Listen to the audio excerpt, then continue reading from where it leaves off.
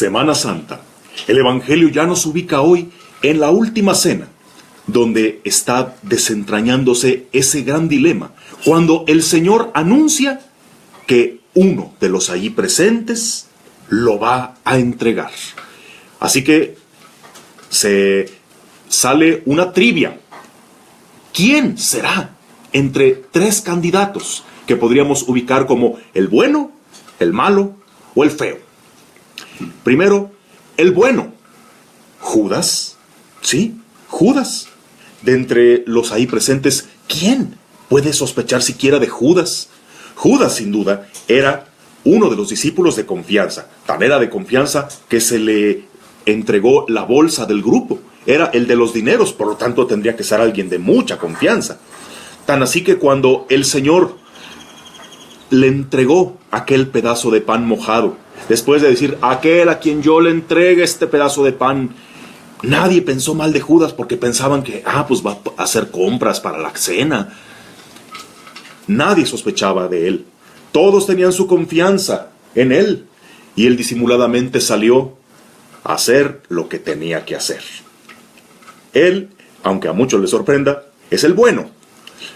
Por otro lado está el malo, el que nadie se imagina. Juan, el discípulo amado. Anda muy sospechosito, siempre pegadito al Señor. Se le recostó en el pecho. Y todos decían, algo quiere, algo quiere. Y todavía hace una pregunta muy sospechosa. ¿Acaso seré yo, maestro? Como ya queriendo reconocer su culpa. Entonces, ¿será acaso ese discípulo, el predilecto del Señor, el chiquito, el dedo pequeñito del maestro, el que termine traicionándolo? Y el feo, Simón Pedro, el que ama apasionadamente al Señor, el líder del grupo, el que tiene que ponerle el ejemplo a todos. Él es el que dice, ¿cómo que alguien te va a entregar? ¿Quién será? Quisiera tenerlo enfrente. Y él, ante la posibilidad de que pudiera ser, lo niega absolutamente, diciendo, yo nunca te abandonaré, mucho menos te traicionaré, yo daría mi vida por ti. En Judas, todos confían. De Juan, todos sospechan, hasta él mismo. De Pedro, él afirma categóricamente que jamás lo hará. Y es a él a quien el Señor le dice, mira, Pedro, más pronto cae un hablador que un cojo, mejor ni digas. Te crees muy gallito, pero luego un gallito se va a encargar de recordarte lo que te estoy diciendo. Que me negarás 3 veces. Bueno, y a final de cuentas, ¿quién fue? ¿El bueno, el malo o el feo? Pues bien sabemos quién fue. Aquel que todos consideraban digno de confianza, ese fue el que entregó al Señor. El que se creía muy gallo, después un gallo le recordó su triple negación, que podría ser un poco equiparable a la traición de Judas. Negar que te conozco, cuando antes éramos los mejores amigos, cuando primero digo que daría mi vida por ti, y después algo con que ni siquiera te conozco. Eso se le llama en mi rancho traición.